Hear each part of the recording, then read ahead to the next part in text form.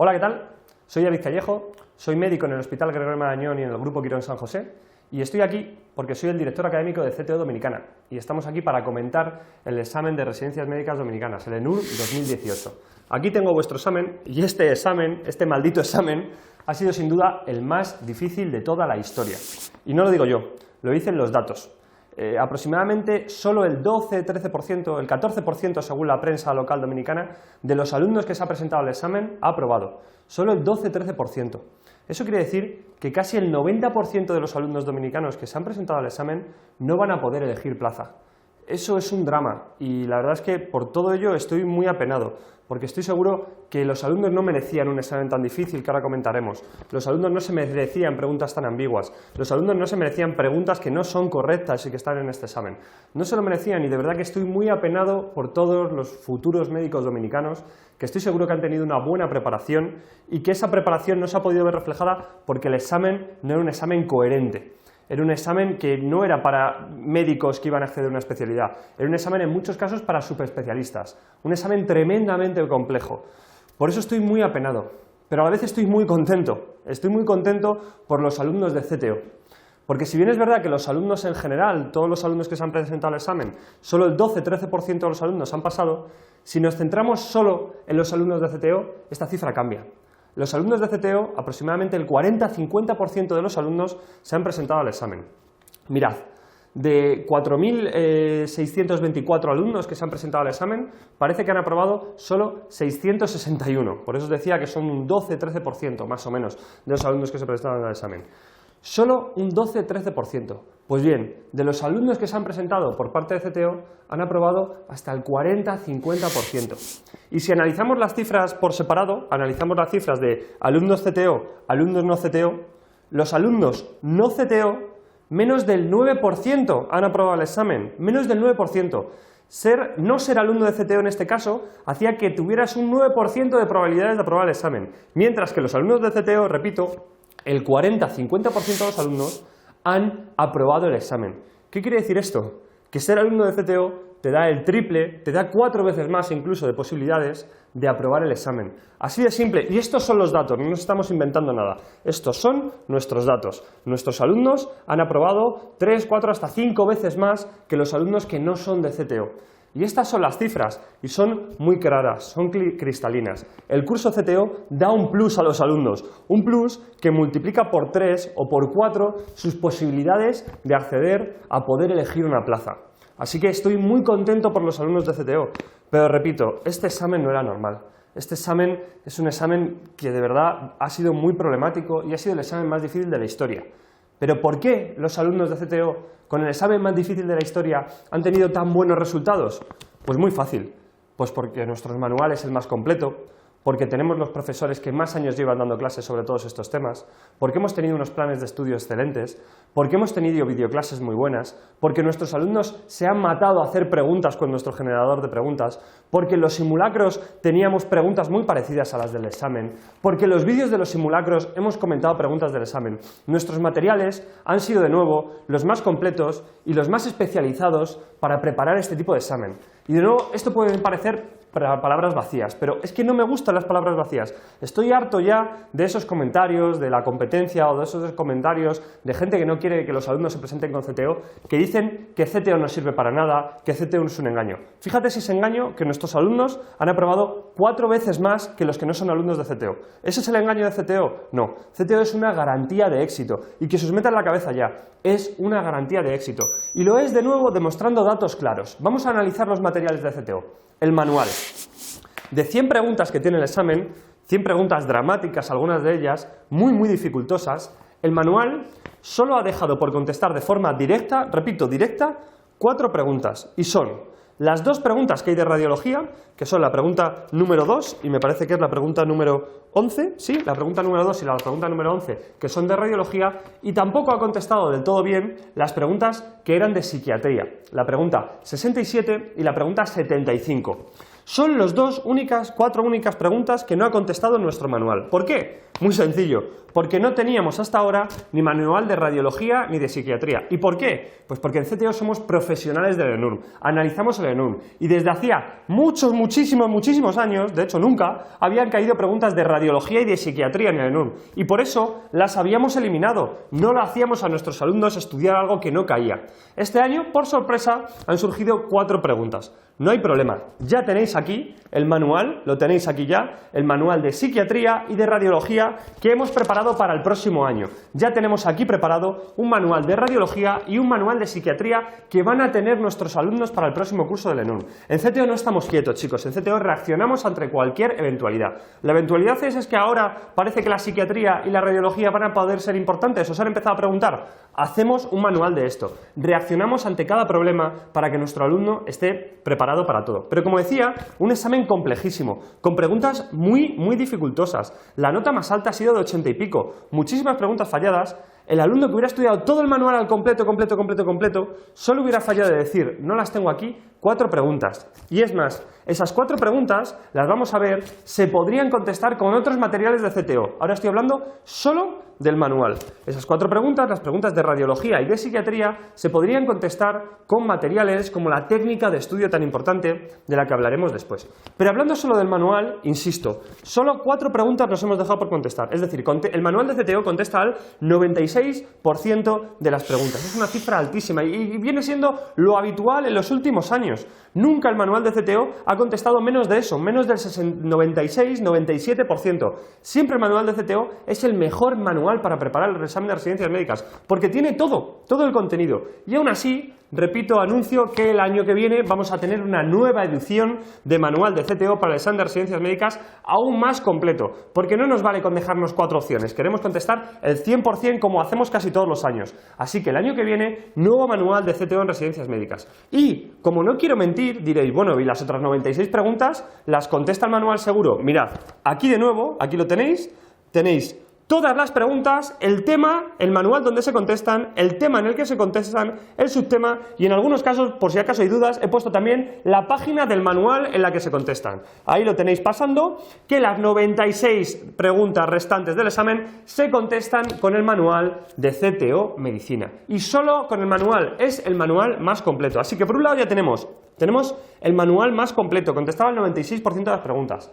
Tenemos los profesores. Los profesores han dado clases completísimas. Me consta que muchas de las preguntas que han caído, los profesores han sido muy pesados con ellas. Me consta que una de las preguntas que generaba dudas sobre la causa más frecuente de accidente, de muerte de niños en Dominicana, que podía ser quemaduras, ahogamiento, ese tipo de preguntas se han tratado y se han tratado mucho en las clases, la clase de pediatría, la clase de cirugía. Los profesores de CTO también están al corriente de los temas que están más de moda y hemos dado las clases más completas. Así que de nuevo, segundo material, las clases han sido excelentes.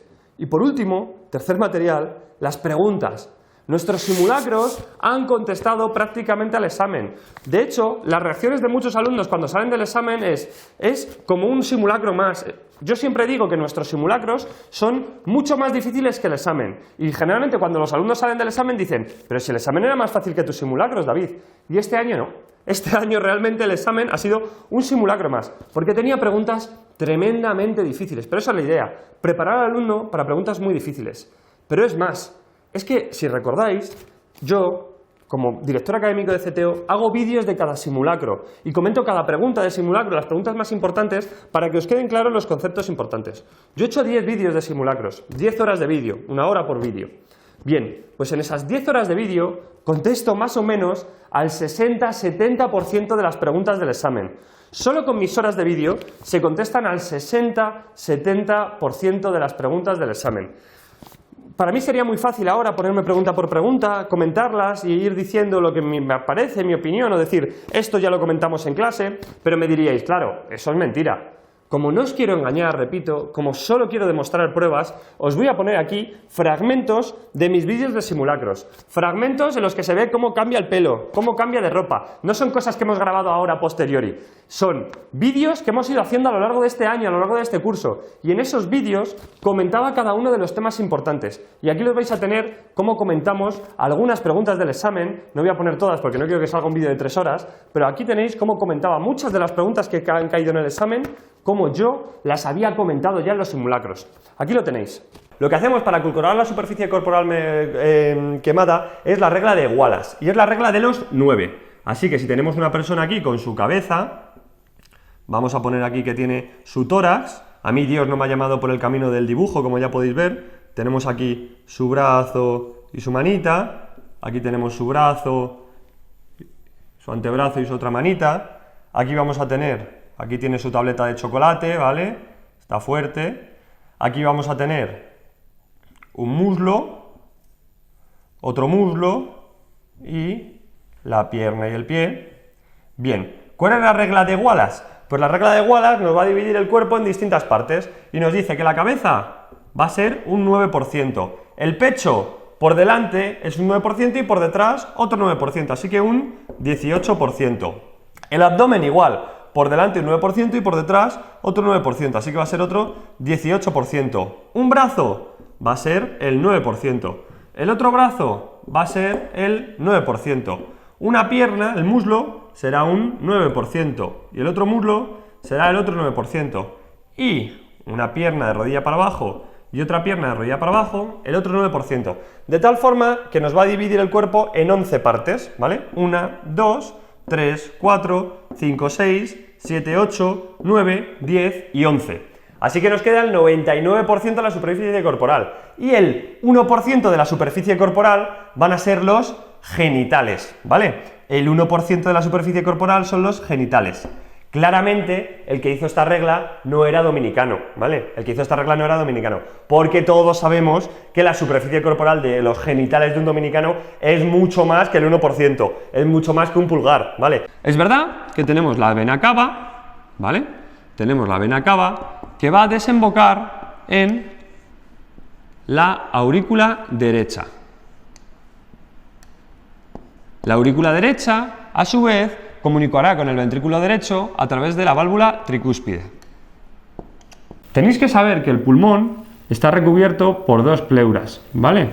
El pulmón va a estar recubierto por dos pleuras. Si entre estas dos pleuras entra aire, tendremos algo que se conoce como neumotórax. Exantema súbito o sexta enfermedad. ¿Cuál es la causa del exantema súbito? Pues la causa va a ser el herpes virus tipo 6, ¿vale?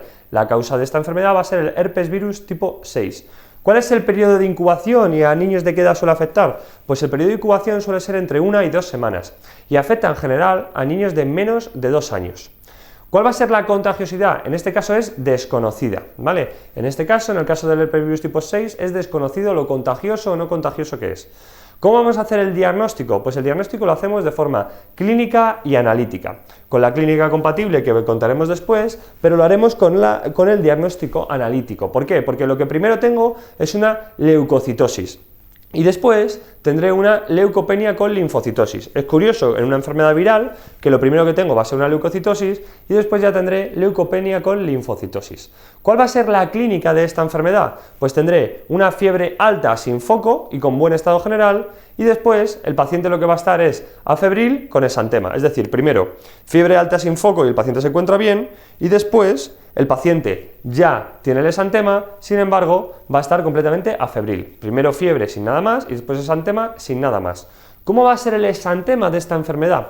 Va a ser un exantema maculopapuloso, ¿vale? Y sobre todo es un exantema que afecta al tronco y a los hombros, pero no afecta ni a extremidades ni a la cara, ¿vale? Va a ser el tronco y los hombros, un exantema maculopapuloso.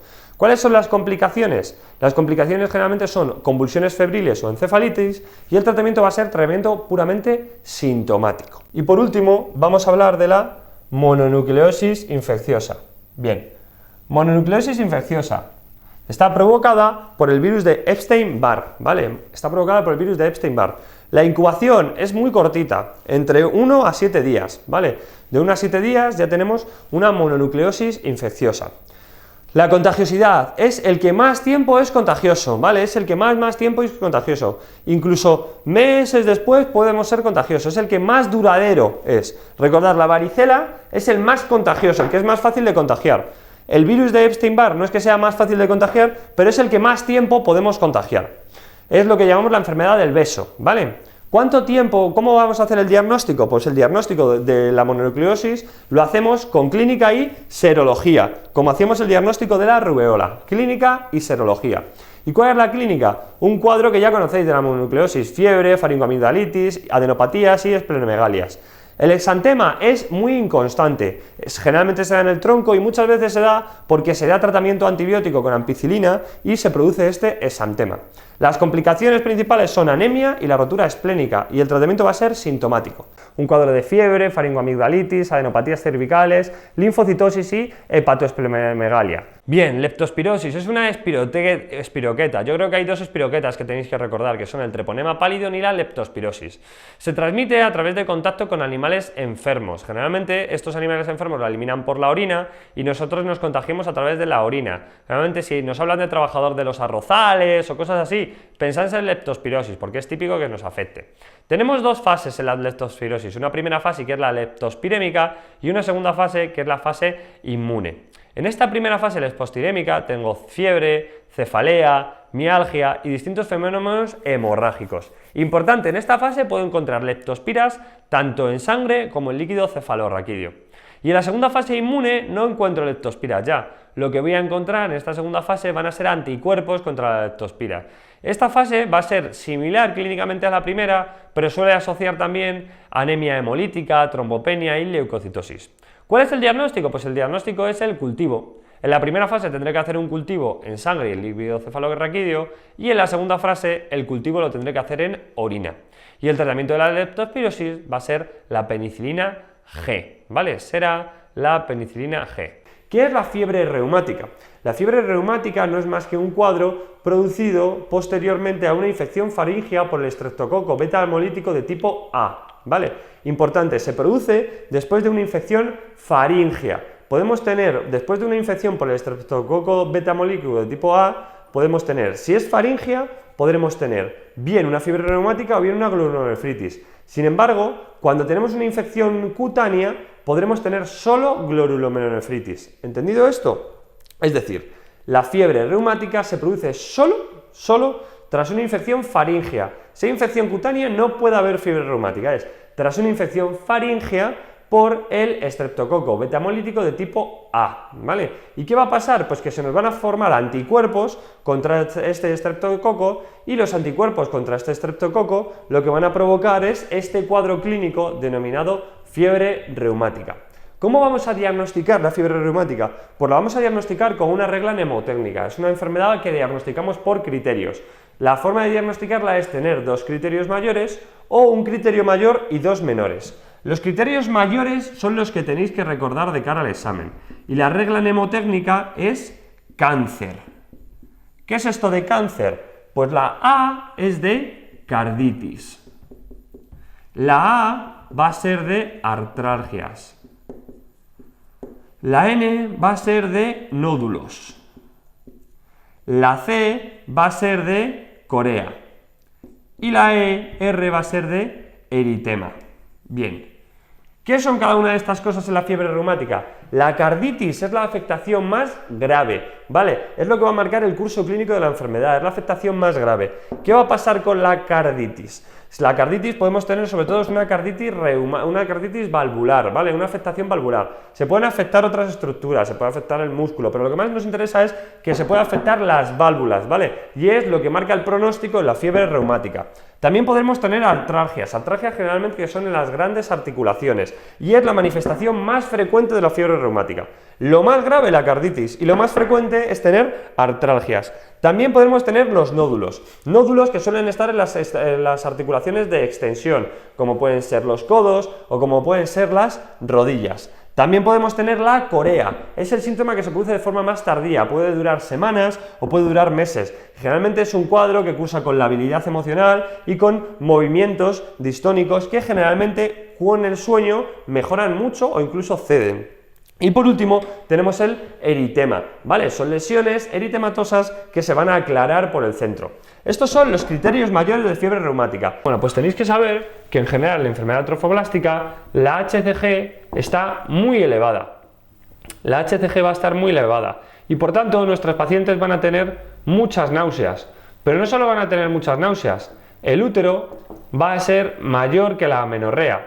¿Por qué? Porque va a crecer mucho. ¿Va a crecer a costa de qué? A costa de líquido. Ya hemos dicho que es una enfermedad quística y avascular, pero va a crecer mucho el útero. Así que vamos a tener un paciente con HCG elevada, con náuseas, vómitos, con un útero más grande que la amenorrea y que además ¿qué puede tener? Puede tener preeclampsia, pero sobre todo puede tener una metrorragia, ¿vale? Hemos dicho que es una causa de hemorragia del primer trimestre. Así que ya tenemos la clínica.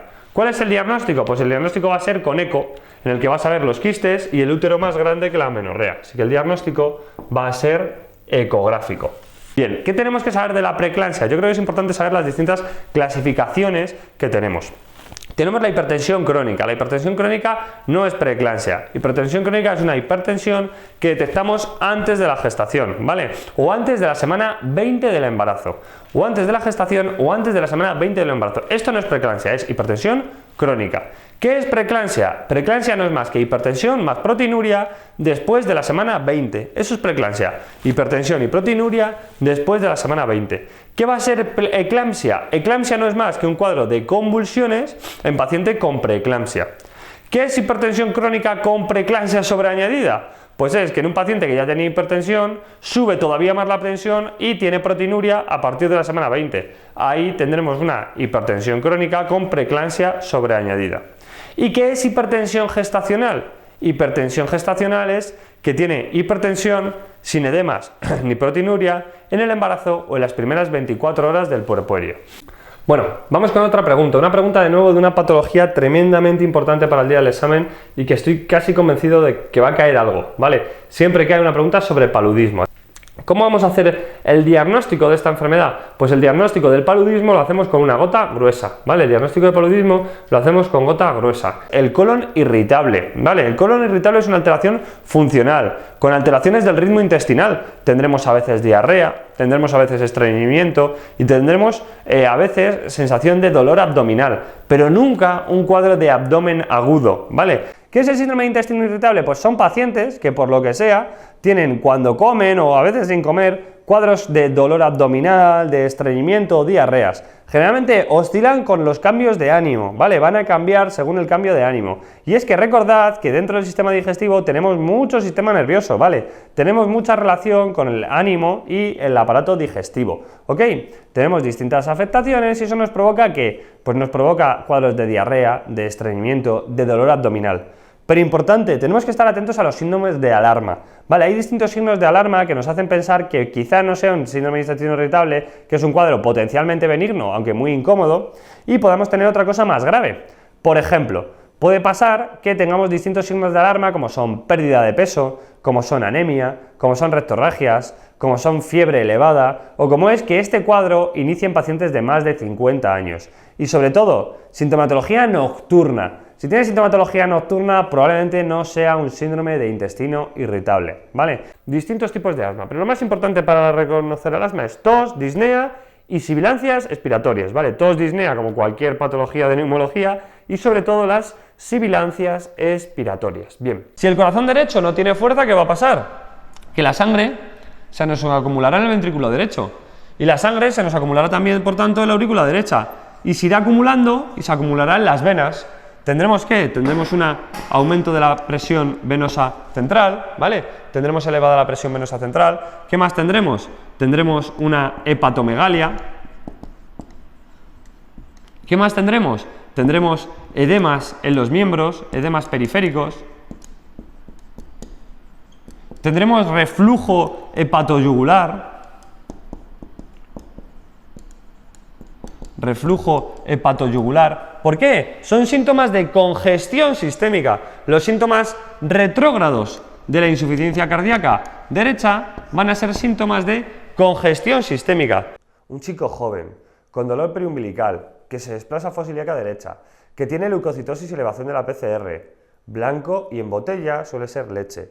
Pues en este caso, esto es una apendicitis, ¿vale? Es una apendicitis. En adulto de más de 50 años, la primera causa de obstrucción va a ser la neoplasia de sigma. Shock distributivo. ¿Qué nos tenemos en el shock distributivo?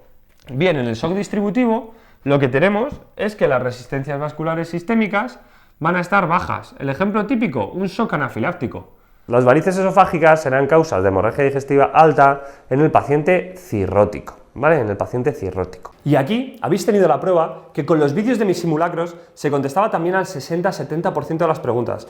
¿Qué quiere decir esto? Que si juntáis que el manual contestaba el 96% de las preguntas, que las clases han sido completísimas, que mis vídeos de simulacro, solo con 10 horitas de vídeo, ya teníais 60-70 puntos del examen, ya tenéis el corte. Con todo eso sumado, conseguís que el método CTO, el curso CTO, contesta al 100% de las preguntas. Porque uno de los vídeos de los simulacros, si recordáis, era un vídeo de técnica de examen. Un vídeo de técnica de examen, y os lo he puesto. ¿Os acordáis esas preguntas que decía que no contestaba el manual? Las preguntas sobre radiología. Esas preguntas se contestaban por técnica de examen. Si os acordáis, yo os decía siempre que cuando dos preguntas son idénticas, dos opciones, perdón, de una pregunta son idénticas y solo cambia una palabra, una de las dos va a ser la correcta. Pregunta número 11. Una imagen radiopaca es aquella que corresponde a tejidos que no absorben los rayos X. Opción A. B. Absorben los rayos X. Ya está, era una de esas dos. Yo era una de las cosas que os había dicho, si os acordáis, en el vídeo de técnica de examen, una de las técnicas que os daba era esta. Mirad, aquí lo tenéis. La técnica 4 es afirmaciones similares pero distintas. ¿Qué quiere decir esto? Cuando tengan el texto, ¿vale? Cuando tengan las opciones, dos opciones prácticamente iguales, del mismo texto, pero que solo cambia una palabra, dos afirmaciones iguales en el texto, en las opciones, pero que solo cambia una palabra, una de las dos es. Olvidad del resto, porque una de las dos va a ser, siempre, una de las dos va a ser, el examinador os quiere hacer dudar entre esas dos, y tenéis que marcar una de esas dos, olvidad del resto. De nuevo, el examinador os lo quiere poner difícil, pero lo que ha hecho es que os reduzca todo al 50%, o una o la otra. E insisto, la pregunta número 2, que también hablaba de radiología, de nuevo, con esta técnica se respondía. Aquellos tejidos que absorben los rayos X y que hacen que la placa quede sin velar, la imagen producida son radiopacos o radiolúcidos. Las otras opciones eran anecogénicos o hiperecogénicos, que claramente están hablando de ecografía, no están hablando de radiología, de rayos X. Así que, de nuevo, una de las dos, radiopaco o radiolúcido. Con técnica de examen, solo con técnica de examen, hubiéramos podido sacar esas dos preguntas. Y las preguntas de psiquiatría también eran bastante simples, ¿vale? Una pregunta sobre fobia, muy fácil, y una pregunta sobre cómo el dolor crónico puede causar depresión. De nuevo, una pregunta muy fácil, muy fácil, muy fáciles. Dos preguntas que, habiendo sabido usar la técnica de examen, habiendo hecho caso a los profesores, habiendo asistido a nuestro curso, estoy seguro que lo habréis contestado perfectamente bien. Por eso digo que el alumno de CTO estaba capacitado para contestar el 100% de las preguntas. O dicho de otro modo, el curso CTO cubría el 100% de las preguntas. ¿Por qué? Porque tenemos el manual más completo, ¿vale? Tenemos el manual más completo, tenemos los profesores más formados para dar este tipo de clases y tenemos también los mejores simulacros, la mayor base de datos, el mayor número de preguntas y que después son preguntas que caen de forma similar en el examen, porque llevamos muchos años preparando para este examen y ya llevamos mucho analizado. Así que de nuevo, el curso CTO es el curso más completo, el curso CTO es garantía de éxito. Ha habido preguntas absolutamente demenciales este año, demenciales. Se me ocurren varias. Se me ocurre, por ejemplo, una pregunta que hay de ginecología, la pregunta número 54. En una embarazada de término se estima que la producción diaria de esteroides a las glándulas suprarrenales fetales es de 100 a 200 miligramos, 200 a 300. Preguntas de cifras puras y duras, preguntas muy difíciles. Estas preguntas no son de especialistas, ni siquiera de superespecialistas. Yo he preguntado a expertos en ginecología de Dominicana y a expertos en ginecología españoles sobre estas preguntas y me dicen, no tenemos ni idea. Estas preguntas no son discriminativas, no es un examen bueno para poder clasificar a los alumnos de República Dominicana. Es un examen malísimo, espantoso, muy difícil, pero aún así, los alumnos de CTO han salido hasta 4 veces mejor que los alumnos que no eran de CTO. Repito, los alumnos no CTO han aprobado solo el 10% del examen, mientras que los alumnos de CTO esa cifra ha llegado al 40-50%. Así que meteos en la cabeza, el curso CTO funciona, el curso CTO es garantía de éxito. Así que os espero a todos para el próximo curso que os vamos a abrir. Muchísimas gracias y nos vemos muy pronto.